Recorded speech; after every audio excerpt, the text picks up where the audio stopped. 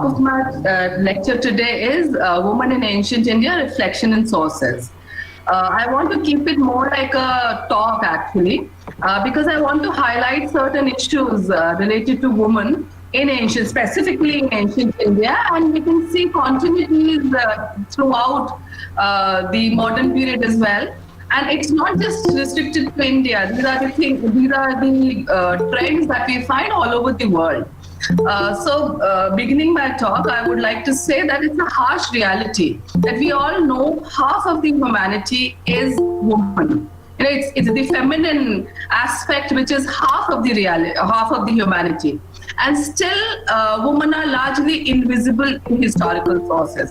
If we try to investigate the histories of women, we don't come across a very clear or neat picture because they are largely invisible. People did not write about them, although they are half of the population. It's also ironical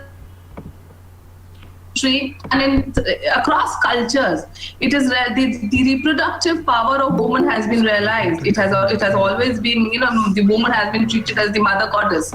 But still, in all major religions all over the world, what we find is the creator gods are males. When we have the idea of a creator god is generally a male god.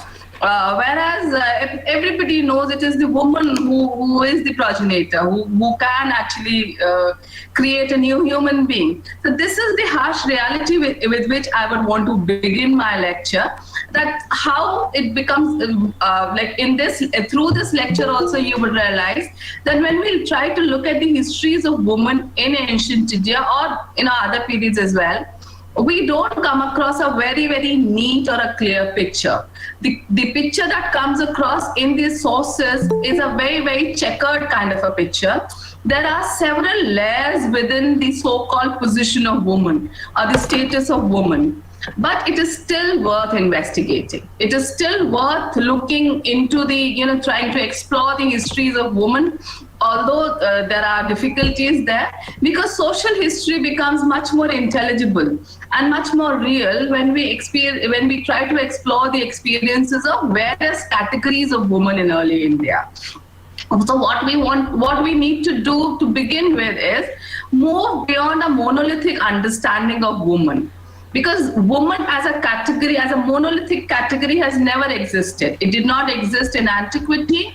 It does not exist today. The experiences of elite women, the women who are in power, is very, very different from the experiences of common women. So we need to kind of explore that plurality there. We need to move beyond the monolithic understanding of women as a social category, and we also need to move beyond the looking for a stereotypical golden age for women.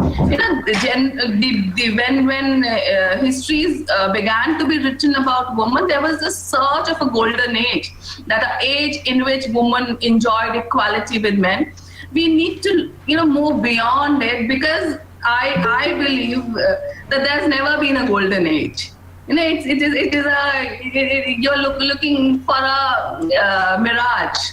There has never been a golden age as such for women.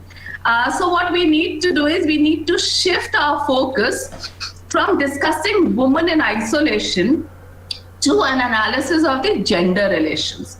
We need to retrieve the experiences of plural categories of women. We are moving beyond monolithic understanding. And what we need to do is we need to look at gender. We need to analyze the gender relations. By gender relations, we mean that we need to look at the culturally defined roles associated with men and women. In a very easy language, what I would want to say is that when we say men and women, that is a biological definition, that these are men and these are women. But when we try to look at the gender relations, we are trying to look at women vis-a-vis men. Women, as against men, not against in the sense of, in opposition to men, but position of women as against the position of men, and within a wider social, economic, political system, and not just situating women within the household or the familial relations. So that is what we need to look at. That is the the new kind of understanding which is developing in women's studies. The experiences of women belonging to different groups in the society are varied, and it is necessary to break down the category of women into more specific subcategories based on rank, class, caste, occupation, and age. So the experiences of women differed in the sense that whether they belong to the higher caste or the lower caste, which occupation did they belong to, which age did they belong to. Now, these are the kind of things which did matter when we are looking at the experiences of women. Going for a brief historiography kind of a thing, the focus on women issues was brought down, it was drawn towards women issues in the context of the 19th century social religious reform movements which was going on in India, and it continued in the 20th century as well, where the nationalist historians were trying to explore, they were trying to write about women's history, because somehow the position of women in a society was seen as the index of civilization. This is something which was happening in response to the colonial oppression. So we have to locate these early writings that we find in response to the colonial onslaught that was going on, an ideological onslaught, where the nationalist historians, they tried to prove that the Indian civilization has been a very, very high civilization, and the position of women, they tried to look into the position of women in antiquity, in ancient India, and it was largely a response. It was largely a response to colonial oppression. In the world context, we find that it is in the early 20th century that spaces were opened up for women histories in the context of the suffrage movement all over the world. So the few early path-breaking writings that we find related to women are A.S. Altekar's The Position of Woman in Hindu Civilization, that came up in 1938, and I.V. Horner's Woman Under Primitive Buddhism, 1930. So it is the Altekar's paradigm which has kind of dominated the early history, in which he's argued that there was a golden age for women, that women did enjoy freedom and privilege, and that golden age, according to Altekar, was the Vedic period. So in the Vedic period, there was freedom, the women enjoyed freedom, women had certain ritual rights, and they enjoyed privileges. But then he talks about subsequent deterioration in the as we move forward in time. So he has looked into a progressive decline of women from the golden age, that is the Vedic age, in the familial status, religious rights, participation in public life, etc. As we move from the Vedic age to the early historical age and to the early medieval, and he believes that this decline was happening because like in the later Vedic and the Smriti period, it is the Shudra woman who becomes the wife, and therefore they can't study. So women altogether are kind of barred from education. And those are the kind of ideas that Altekar was putting forth.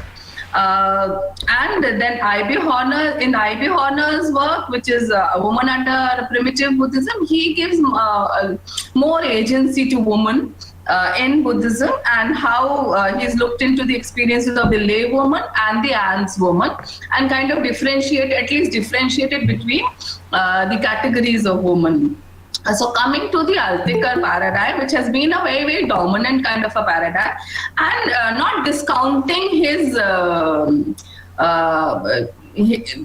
his contribution to women's study, that's the beginning of it. And when he's writing in response to the colonial onslaught, ideological onslaught. So it's not that Altekar was wrong somewhere, it's just that we need to kind of move beyond it, and we need to analyze the Altekar's paradigm.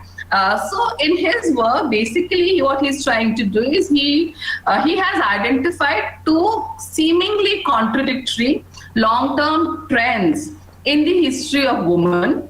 And so he talks about a progressive decline in the familial status, religious rights, and participation of women in public life as we move forward from the Vedic age to the post-Vedic age to the Smriti. He's divided the entire age into four.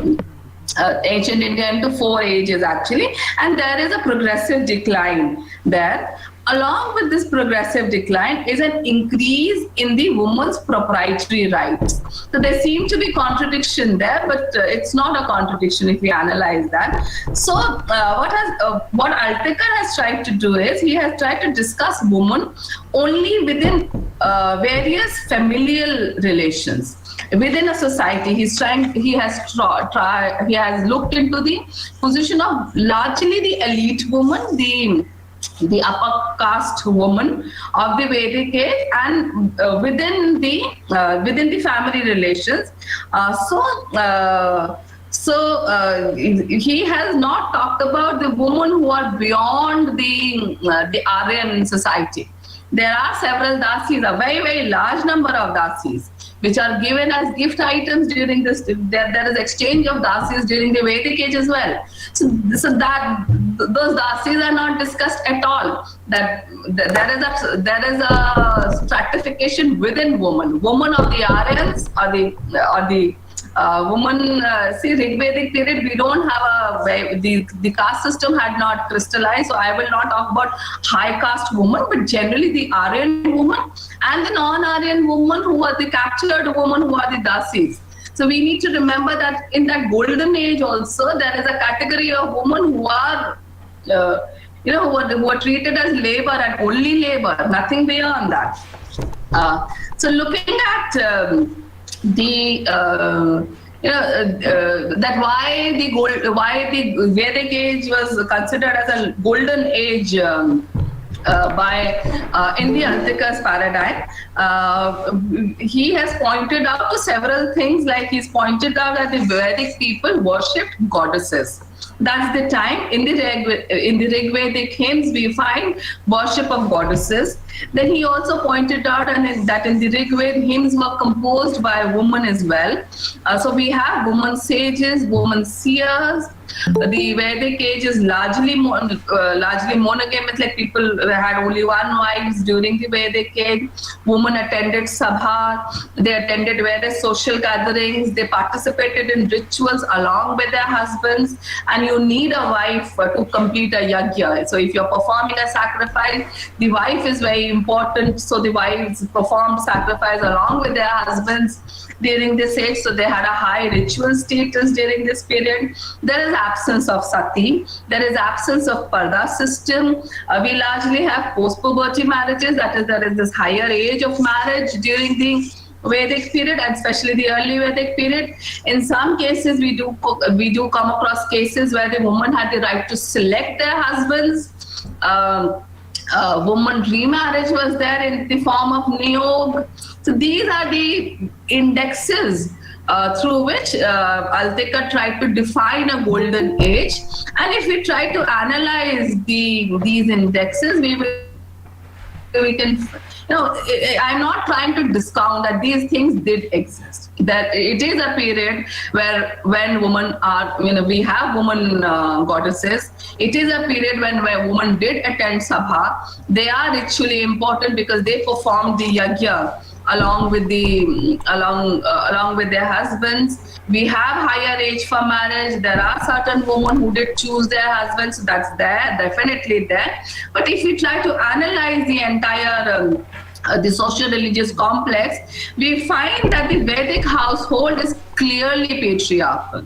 It's very, very clearly matrilineal, and women enjoyed, these privileges are there, but they enjoyed very little control over the material resources. They did not. They were controlled by their male relatives, and even their reproductive resources were controlled by the patriarchal system. Now look, let me just analyze these aspects. So the first thing, one thing which has been pointed out by Altikar is that we do have woman goddesses, reference to woman goddesses in Rig Veda, and these goddesses are like Usha, Aditi, etc. Very few. Yami is there, Usha, Surya is there, but Surya, Yami, these are not major goddesses. The two important goddesses that we find during the Rig Vedic period is Ushas and the Aditi.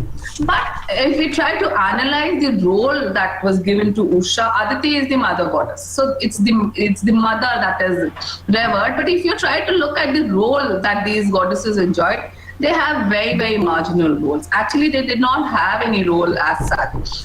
So out of the 1028 Rigvedic hymns, 20 hymns are for Usha. The 20 hymns are devoted to Usha, the goddess of dawn. And so if you try to look at her position in the Vedic pantheon, it's very, very marginal. People don't even know about Usha. She is the goddess of dawn, actually. And in the Rig Veda, there is a reference where Usha was defeated by Indra on the banks of Ravi. So certain historians have kind of seen this as a that it symbolizes the victory of patriarchy over a matriarchal system or a matrilineal system. Maybe, like, I'm not very sure whether it symbolizes that or not. But in the entire Vedic pantheon, what we find is that the goddesses which are there have a very, very marginal role in the working of the entire system. Indra is the god who kind of leads them in war. Agni is important. Varun is important. But what about Usha? What does Usha do? So Usha is a benevolent kind of a goddess who gives. Maybe people worship Usha when they want children. So not a very, very important role that we find which is given to Usha. Similarly, the argument that in the Rig Veda we have hymns composed by a woman, so we have woman seers, but only 12 to 15 hymns out of 1028 hymns were composed by a woman. So again, if we look at woman vis-a-vis men, then again we find it's a very, very marginal kind of existence that we find in the Rigvedic pantheon, and later Vedic it's not there at all. So I'm not discounting that there are some women definitely who are women sages, who are women seers, but that's a very, very minuscule kind of a representation. And then every age, in the medieval period also, we have some women who are very, very powerful. So if we try to analyze the position of women vis-a-vis men during the so-called golden age also, then also we find that they have a very, very limited role there. So and we don't find any woman priests. So women seers are there who compose the hymns, but there are no reference to woman priests at all. The woman did attend Sabha during this period, during the Rigvedic period, but when we moved to the later Vedic period, the woman did not attend Sabha. The Samiti, the Vidhata, etc., women were, increasingly their participation decreased over a period of time. As far as other social gatherings are concerned, when we move to the later Vedic period, we hardly find their participation in other social gatherings. Women did participate in the rituals along with their husband, because you need a wife to perform a yajna. But women did not perform yajnas on their own. So while men could perform yajnas on their own, and at times symbolically they used to keep something in place of the wife if the wife is not there, women could not do that. So women actually they are important in the sacrifice, but they can't perform a sacrifice in their own right. And so what we find is that the ritual position, which is much celebrated, is also a very, very limited position. And when we come to the Graha Sutras, that is a later Vedic period, 5 yajnas are supposed to be performed every day to atone for the 5 sins which were committed in it is said that there are 5 slaughterhouses in every household, and these 5 slaughterhouses are the chulha or the oven, the cooking fire, the broom, the jhadu, the grinding stone, the pestle and mortar, and the water pot. These 5 areas, the oven or the cooking fire, the broom, the grinding stone, pestle and mortar, and the water pot. These are considered to be the 5 slaughterhouses, and 5 yajnas had to be performed every day to atone for the sins committed in these slaughterhouses. And now, if we try to analyze what are these areas, all these areas are connected with women's working, the woman's household. The women were confined to these 5 areas. So it is the women who were basically considered to be committing the sins, and the men were atoning for it. So as Kumkum Roy has pointed out, that it is through these rituals where the woman had a role to play, but these rituals are to atone for the sins committed in these slaughterhouses, and these slaughterhouses are all related to cleaning of the house, cooking, household work, etc. So it is through these rituals that we find that that the householder or the person who's performing the yajna, the male patriarch of the house, came to assume that dominant position. He became dominant in the entire household, and these yajnas validated the control of the male patriarch over the material resources of the woman and even over the wife, actually. He is the one who controlled the reproductive role of the woman and the material resources of the woman. So this entire argument of woman being important in the rituals is also a very, very faulty kind of an argument, because they are there in the rituals, but they are not the ones who are performing these rituals on their own right. Now, looking at niyog also, widow remarriage in the form of niyog. So, niyog was a sister when a woman's husband died. She was supposed to cohabit with the brother of the husband till she bears a son. So again, in niyog, it's not a proper kind of a widow remarriage that we can have in a modern time. It's not that kind of a marriage. It is a marriage when she's married to the younger brother of the husband, and it's in the later period at least, it is done largely to keep the property within the household.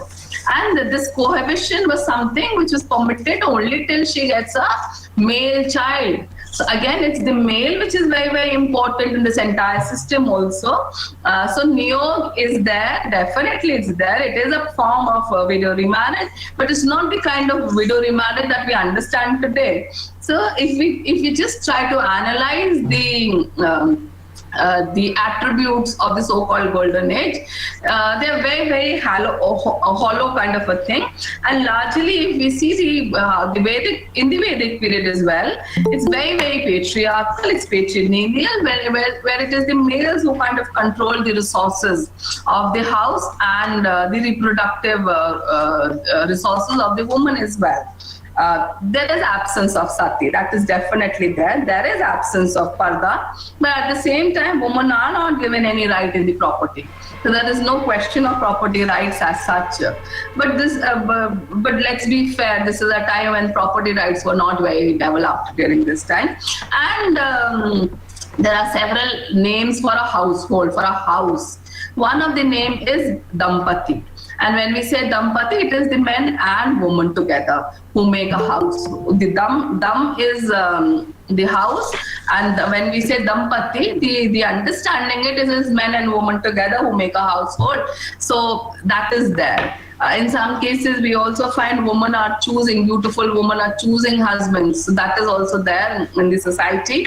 And women did, some women did study. Their number is very, very minuscule, but they did have this sacred thread ceremony. They did go to gurukuls, and they did study. We do have some women who were who studied during this period, who were educated during this period. And one such woman is Gargi, Maitri, Ghosha, Apala. These are the women who have been celebrated. But if you look at the number of women vis-a-vis men, again we find that the proportion is very, very minuscule. And in the Gargi, Yajnavalkya kind of the Shastras that we have, on one hand it points out that women could argue, could enter a Shastra. On the other hand, if we try to look beyond that, excess that Gargi had in the Shastra, it is a very, very unfair kind of argument where Gargi asks 3 tough questions to Rishi Yajnavalkya, and he is very, very perturbed by those questions because he did not have the answers. So he, in the end, the Shastras ends with a Yajnavalkya asked Gargi to shut up, or else her head would be, or she would be beheaded. That is how it ends. So if you look at the entire system, yes, she could enter into a Shastra, she could debate with a rishi like Yajnavalkya. That was something which was allowed. But if we just try to look beyond that, then because Yajnavalkya could not answer, he was very, very perturbed, he was very angry, and he kind of tells her to shut up. So it's a very, very unfair kind of a system actually, or else her head would be chopped off, that she must keep quiet. So when we move from the Vedic age to the later Vedic and to the time period of Smriti literature and the later period, Altekar also and other historians along with Altekar also recognize that women, their position declined over a period of time, and their role becomes very, very marginal. How does that happen? I would try to draw attention to two basic processes by which this control over women in the society was coming up. And in this, I would try to, I would try to highlight that the control over the production process in the society, or the material wealth in the society, or the reproductive resources of women, was happening through the ingraining of norms of what was considered appropriate behavior. So it's a very invisible kind of a way where you are, you kind of highlight that this is the appropriate behavior for a woman. And an idol is put in front of you, the idol of this Tri Dharma, that a good woman is supposed to behave like this. This is the appropriate behavior, and it is ingrained in the entire mental system that women also try to become the ideal wife or the ideal daughter. So that's how it was done. So subordination of women is something which is a very, very common feature all over the world, in all stages of history. It is prevalent in large parts of the world, and it is largely done through 2 ways: consent or coercion. So either the woman gives consent, they conform to the ideal of appropriate behavior which are set by males, and they conform to it and give their consent. This is done through the use of ideology. It's the ideology which plays a very, very important role in developing an internalized control system, where women themselves feel that this is how we ought to behave. So it is something in which you don't need coercion. What you need is that the psychological the mental state of a woman is such that she accepts certain behavior to be the proper behavior, and it worked in 2 ways actually. So on one hand, you you try to reward and appreciate and honor women who conform to the ideal of Stri Dharma. And on the other hand, you stigmatize women who draw away from the ideal. And such women are ridiculed in the society. So it is through this kind of a mechanism that this control system was established. So we can see this in all our stories actually, that it is the idea. Sita is worshipped. Sita is worshipped because she was the sacrificing wife, whereas Draupadi is never worshipped because she is the one who wanted justice for the injustice done to her. So a woman who wanted justice for the injustice done to her is not the ideal woman. She is the one who bears the sin of causing a war. Whereas Sita is the one who is worshipped in the society because she is the sacrificing wife. So this is how you actually try to build in the ideal of a Stri Dharma, where you reward and honor women who conform to the idea or the ideal of the society, and you stigmatize women who draw away from it. Such women are ridiculed in the society. And if all these things fail somehow, they failed very rarely. But if they failed, then one could resort to coercion and even violence, which is justified in the Smriti literature. It is justified in the Jatak Katha. So if you look at whereas Jatak Katha, the Buddhist stories actually, and the Smriti literature, wife beating is justified. If the wife is not conforming to the rules set in the household, wives are considered to be fickle-minded, they are considered to be adulterous, they are considered, this Stri Swabhav is supposed to be something which is vile, they are lustful, they are vile, they are given to adulterous behavior, and therefore they need to be controlled, and you need to control this Stri Swabhav. So there is this dichotomy between Stri Dharma and Stri Swabhav. In all other cases, people's dharma is according to their swabhav. But in the case of woman, this Stri Swabhav is almost the opposite of what is expected of her.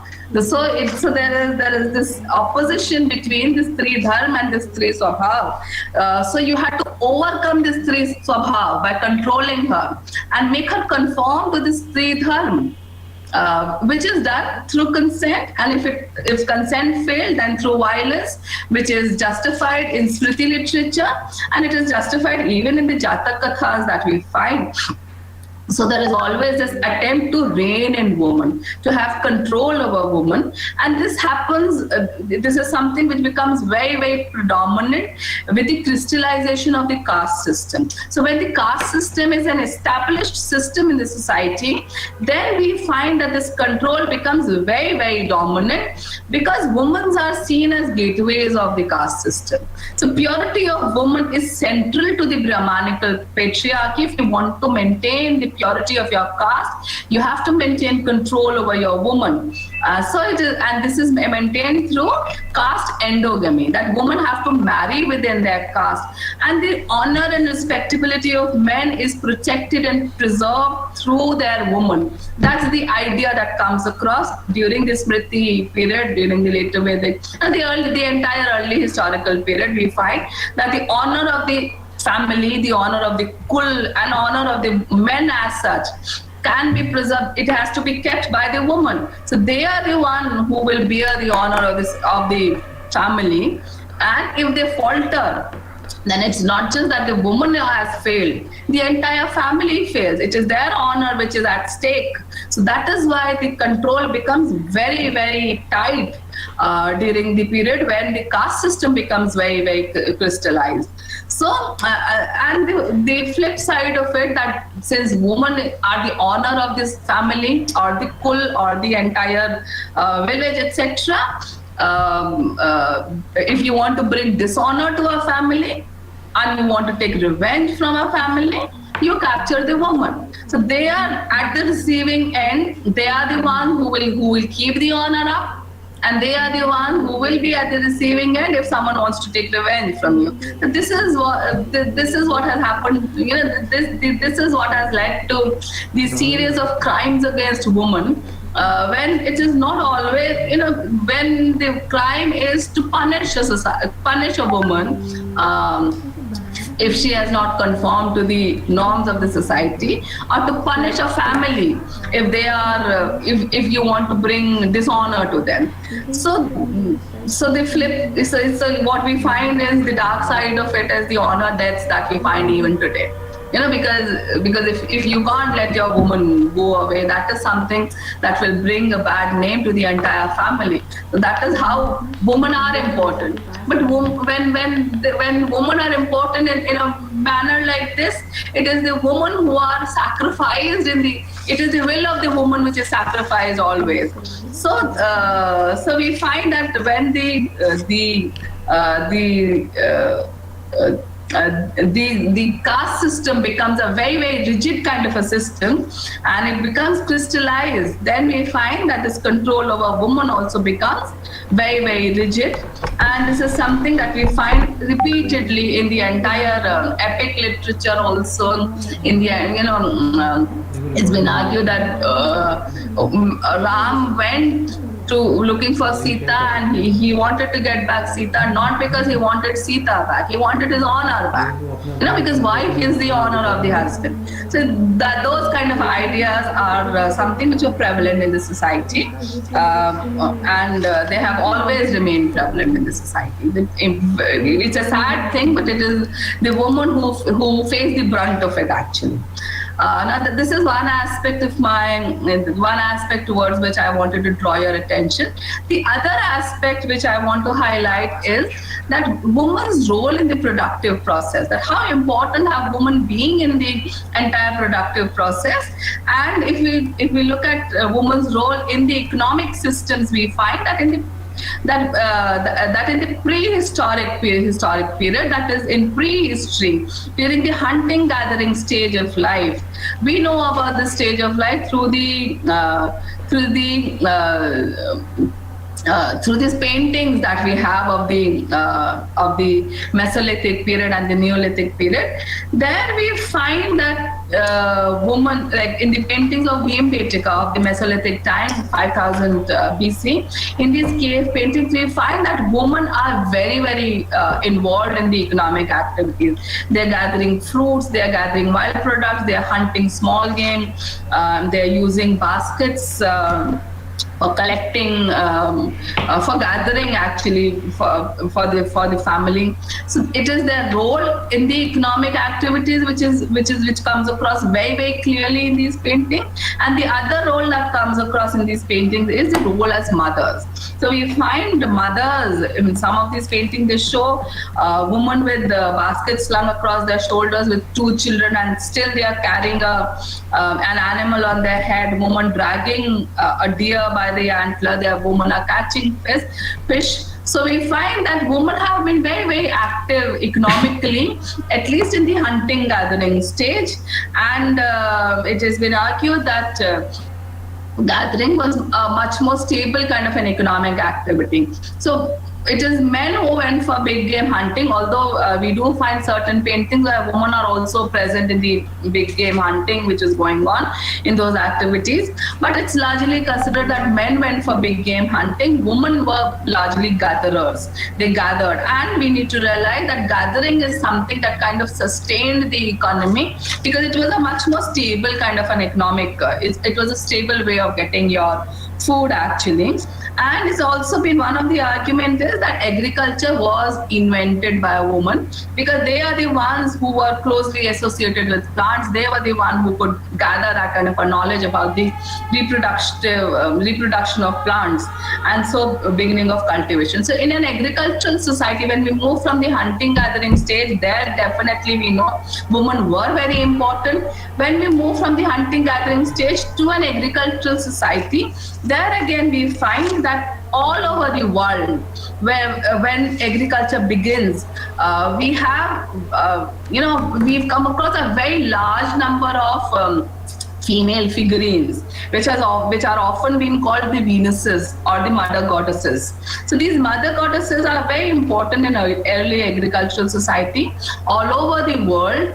And we are not very sure that whether these small figurines that we come across all over the world are mother goddesses or not, but they are cultic figurines. It seems the kind of context in which they are found, we know that they have some cultic, some cult importance in certain cults.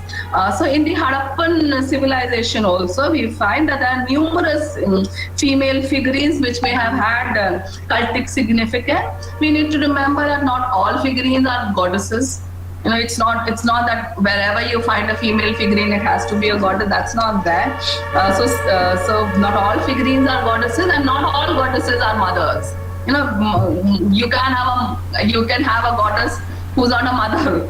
So we need to kind of break that stereotype also, that if we find a female figurine, it's not always a goddess. It can be a doll. It can be a toy also. You know, you can have other kind of, the representation could be something else also. And even if it is a goddess, it's not always mother goddess, or it's not always mother. But what we know is that a large number of these figurines did have some cultic significance all over the world, on all these early civilizations. And in the context of Harappan age, we have come across a seal which depicts a woman with a plant coming, ensuing from her womb. And it has been interpreted as a prototype of Shakambhari Devi, the Earth Mother. So what we see is that during these early civilizations, there is this clear kind of an understanding. It reflects the ability of the society to visualize divinity in feminine form. I'm not saying they worshipped mother goddesses. We can't be very sure of it unless and until we have some written material on it. But at least the society did visualize divinity in the form of a in the form of a female. The feminine form was kind of somehow related to divinity. That's something which we understand. But we also need to understand that this does not necessarily translate into power or a high social position, of a high social position for ordinary women. So even if you worship mother goddess in an area, it doesn't mean that woman will have a high position in the society. Today also we have twice a year we have this Navaratras, and people worship women in goddesses in various forms. But apart from those days, like you're not let alone worship, women are not even treated equally. So it does not automatically translate into a high social status or even an equal status for women in the society. But what we know is that in the Harappan civilization and in the Mesopotamian and in all other early Neolithic cultures, we find that fertility is something that becomes important in the society. And it's often been argued that when plough agriculture is established, that's when women recede to the background, because drawing of plough is something which is it is considered to be a male preserve. So if we look at in North India as well as literature from South India, of the Sangam age, where we clearly say that women did not touch the plough. So women are kind of barred from touching the plough. Women did not draw the plough, and that became a male preserve.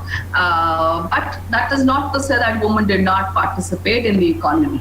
If we look at the entire Sangam literature or the Jatak Kathas or the oral traditions in the society, women were occupied in various other agricultural activities like sowing, like weeding, like transplanting, husking, winnowing, pounding of paddy, selling things.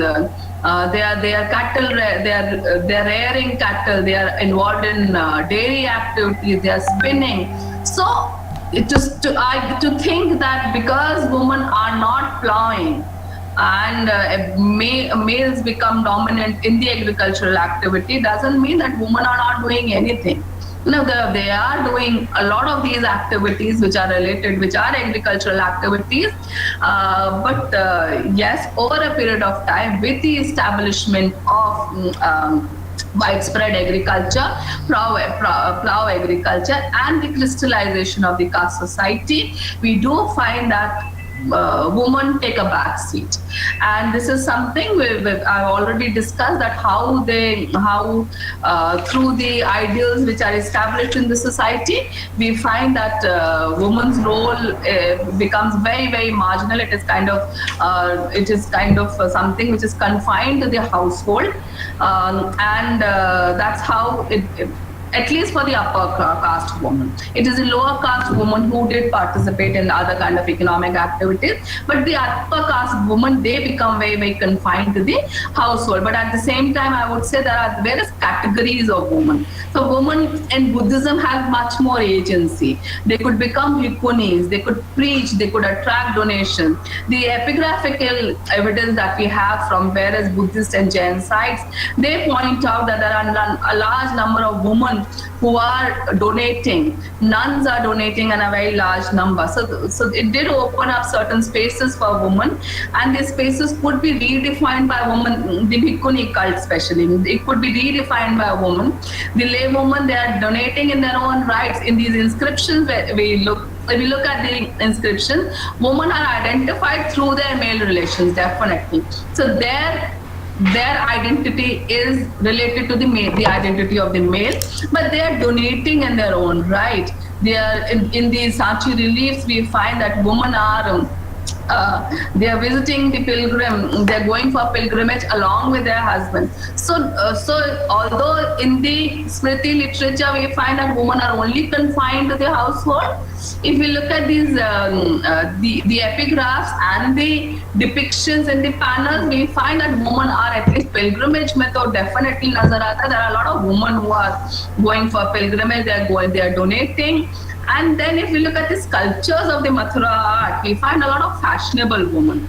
Several elite women who have attendants, who are engaged in doing their hair and dressing up, etc. So they are enjoying a very comfortable life. So that again, I would like to highlight there are various categories of women. Some women did enjoy a comfortable life because they had the economic resources, and there are other women it is not true for all women. Similarly, we have the category of the courtesans, the Ganikas, the Ganikas like Ambapali, Vasant Sena, and Rachikatikam. These are celebrated women. They are celebrities of their own kind in the society. They're considered to be accomplished women. And we have other women who are involved in basket making, weaving, dyeing. Their experiences are very, very different from the experiences of the upper class elite woman. Or upper class hair would mean women who had the money, actually, who enjoyed a comfortable life. Just one more thing which I want to highlight is that as we move forward in time, as Altikar has pointed out, we find that there is this increasing dependence on the male kings, men, definitely, but also we find that women's right in the property of their husband is recognized. So by the turn of the by 1000 AD or something, we find that women are the widow in Dayahar. The widows are given right in the property of their husbands, and that's the time when Sati comes into being. So there's a connection where the property right of the woman, earlier they did not have proprietary rights, but when we move towards the early medieval period, we find that people recognize that women also had they had very clear-cut right over their stree dhan. And in Dayabhag, their right over the husband's property, at least half of the property, could go to the woman. That is when that is recognized, that we start finding the practice of sati in the society, because then if woman becomes the owner of the property, then it becomes difficult for the males to kind of digest that, and then they start encouraging sati in the society. I think that's it. I've taken a lot more time than what I thought I will take, but since it's ancient India and it's a very long time period, I had to cover all the stages. So I think I will just rest my case here, and it's just that I have tried to highlight the framework within which women have existed in ancient India.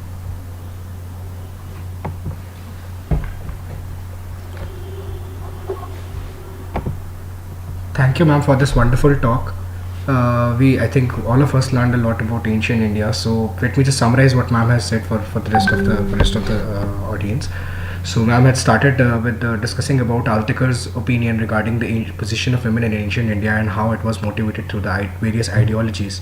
And when she deconstructs the Vedic period through the sources of ancient India, we discover that yes, I mean there are certain benefits that were provided to women, but not exactly women were enjoying freedom. Rather, looking at women as an individual topic, we should focus on the gender relations because it is only through the gender relations that we can understand the position of women in India. And when we actually deconstruct those gender relations, what we discover is that women were rather subordinate to men in this patriarchal setup. And through the socio-cultural practices, through the rituals, what we discover is that women were placed second to the man, and how their bodies were controlled in various methods, how through the ideologies they were made to believe that they should conform to the norms of the society. And then later ma'am talked about the transformation in the later Vedic period, and how we find sources in the Bhimbetka period to understand the economic contribution of women in the economic condition of the period, whether it is through the gathering or it's through the agriculture. Also, I would like to add what ma'am has focused on is the how the caste division further deteriorated the condition of women in ancient India. So when we talk about the glorification of women or the glorified position of women in ancient India, according to Altika, what we actually discover is that women, yes, they had certain benefits and they had certain position, but it deteriorated. But even in that period, in the glorified, the golden age of women, we see that women were not actually enjoying that freedom, not that glorified position. So on that note, ma'am, really thanks a lot, and we'll move ahead to our question answer session because I think some of the students have posted their questions. So we'll take the questions one by one, ma'am. So first, Yeah. yeah, thank you, ma'am. So first question is I think from Akshata Maheshwari. She's our MA student, and she asks that in early Vedic family affairs, women who enjoyed both their autonomy and their role as wives were considered to be ardhangini, better half. Marriage was never forcibly imposed on women in Rig Vedic society, but in this 21st century, which is so named as modern India, where the rules and regulations are framed in the longest written constitution of the world, still there are around 90 everyday rapes in the country, including marital rapes, and many are not even reported. So, what do you think is the reason behind this fact that, in spite of accelerating in military aspects, the country is not able to control this issue? So should I just answer, or should we look at the other questions as well? Ma'am, however you would prefer to take it. If you want, we can take it one by one, or if you want, I can take Yeah, I can answer. Okay. This is what I wanted to, raise that, although it has been said that in ancient India or in the early Vedic period, women enjoyed autonomy and they had a important role. They are considered as Ardhangini. They are considered as Ardhangini even later on. It's in the Smriti period also, women are considered as Ardhangini. In Manusmriti, very clearly it is said that women should not be abused, and it is in those households where gods rejoice, where women are revered. And if they are not revered in a household, no rights bear fruit.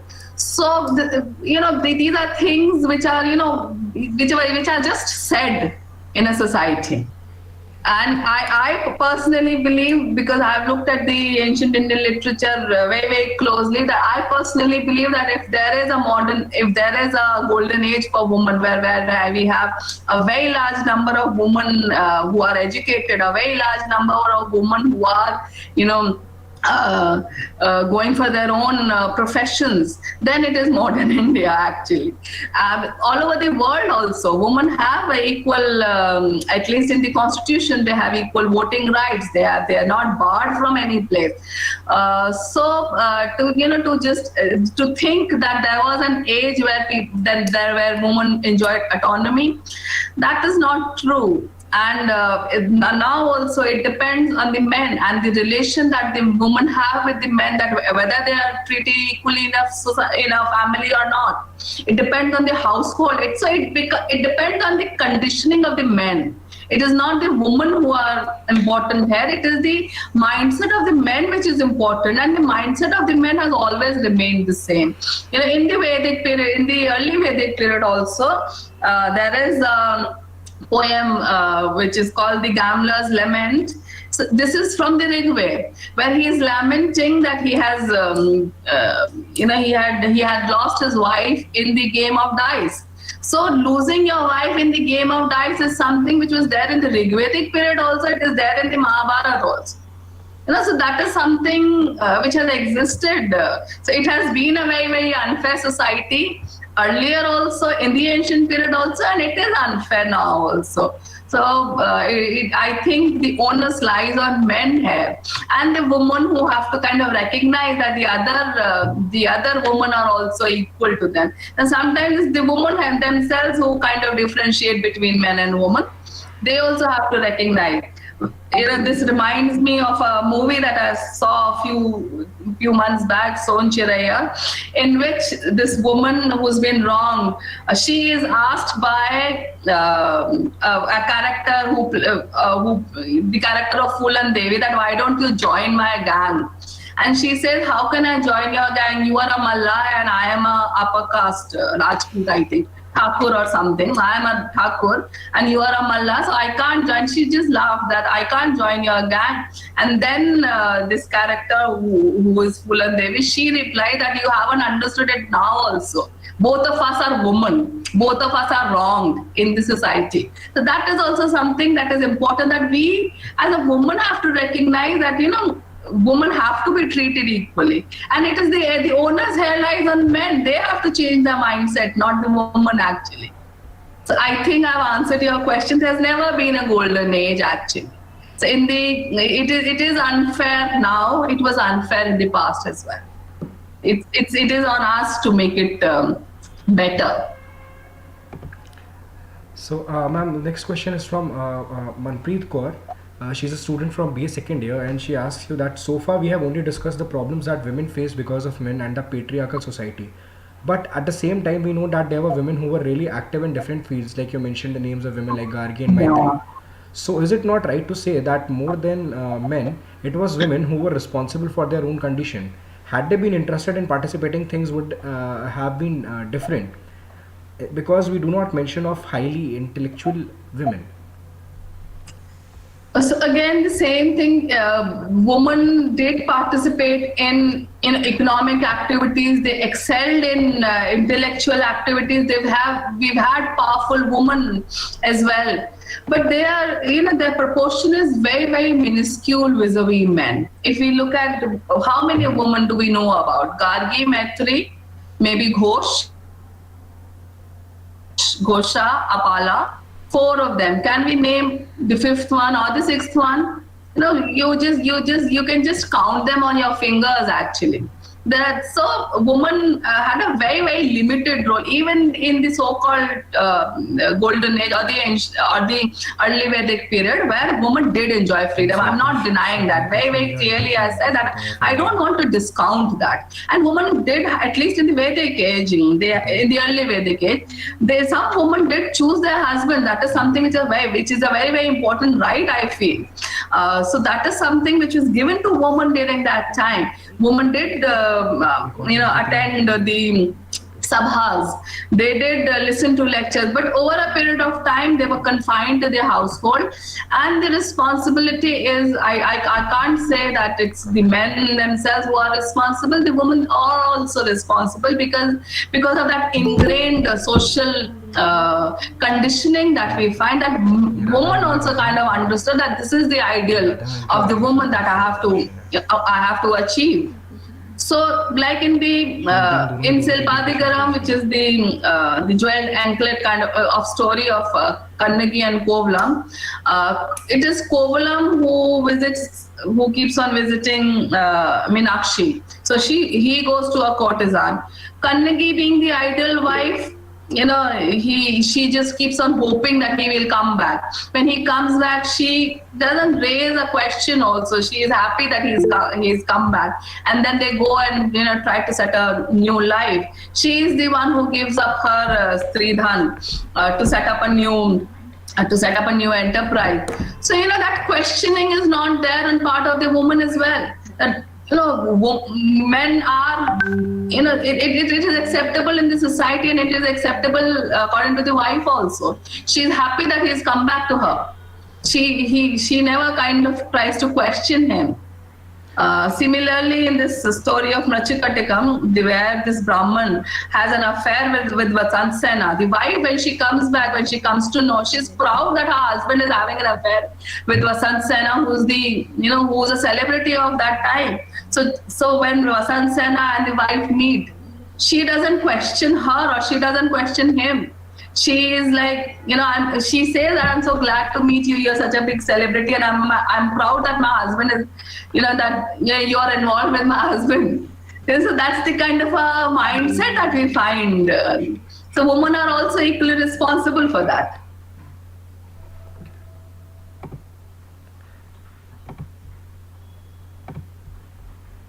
Okay, ma'am. Yeah, So, very, ma'am, very yeah, correct. yeah, yeah. So, Yeah. another question that we have is from another third year student, Ayushi. That, ma'am, you said that according to A. Saltikar, Vedic period was the golden age, but it was not, as you pointed out. But I feel that even the modern times cannot be called as the golden age, where there is a lot of discussion over women rights.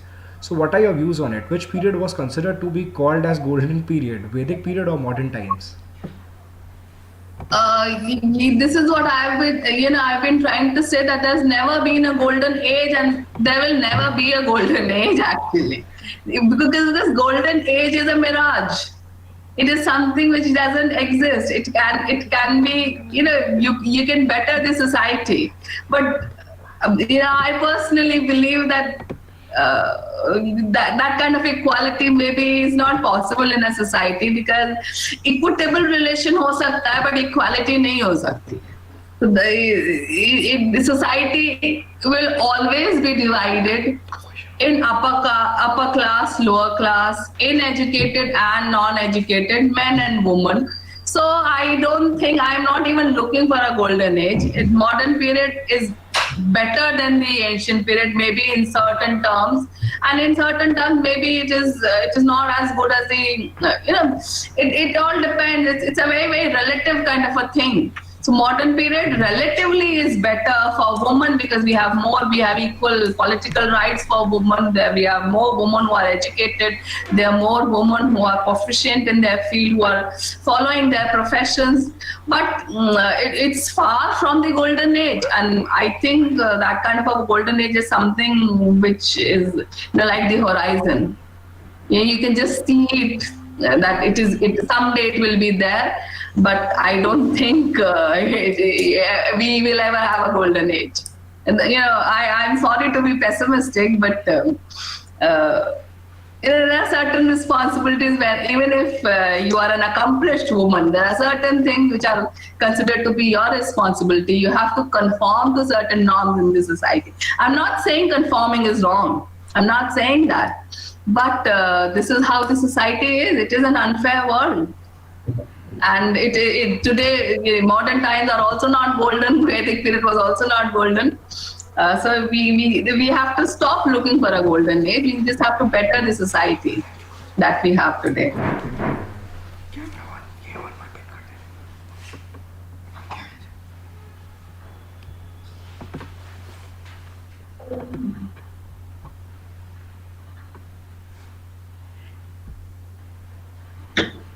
Thank you so much, ma'am. There are so many questions coming up from students, because your talk has certainly academically jolted them out of the slumber. But because of dearth of time, we are going to conclude today's talk. Thank you so much, ma'am, for accepting our invitation and taking time out from your busy schedule, and for being here with us. We will certainly have more such academic programs hosted by you. And I wish to thank my staff for helping in the conduction of this talk. Sir Rishi Saxena from the Department of Computer Science for being there with us to help us smoothly sail through the technical glitches, and students who helped in designing the poster and the Google Meet invite, and most important, the students who joined the Google Meet and listened to ma'am's talk and learned from it. It was certainly beneficial for all of us. Thank you so much, ma'am. Thank you so much, ma'am. Once again from Sophia College. And the students, you can leave the talk. You can leave the talk. Thank you so much. Thank you so much for joining in when you have a holiday. You know, I was a little this thing that, you know, whether students will join in or not, because if it is a holiday, students don't want to come in for a talk.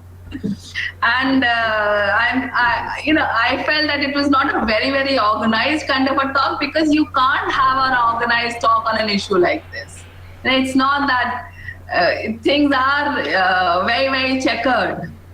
So, you know, when I was kind of preparing for this, I just wanted to raise certain issues. I just wanted to kind of raise certain questions, and, you know, wanted to urge students to look at things from a little different perspective and raise these questions.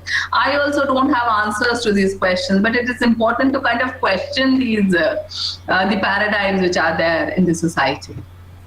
So thank you. The pleasure was also mine, actually, to give a talk. Thank you so much, ma'am. Thank you so much, ma'am, for being there with us. Thank you, ma'am. Yeah, so can we leave? Can yes, I leave? Yes, ma'am. Yes, ma'am. Oh. Thank you so much, ma'am. Yeah, thank you.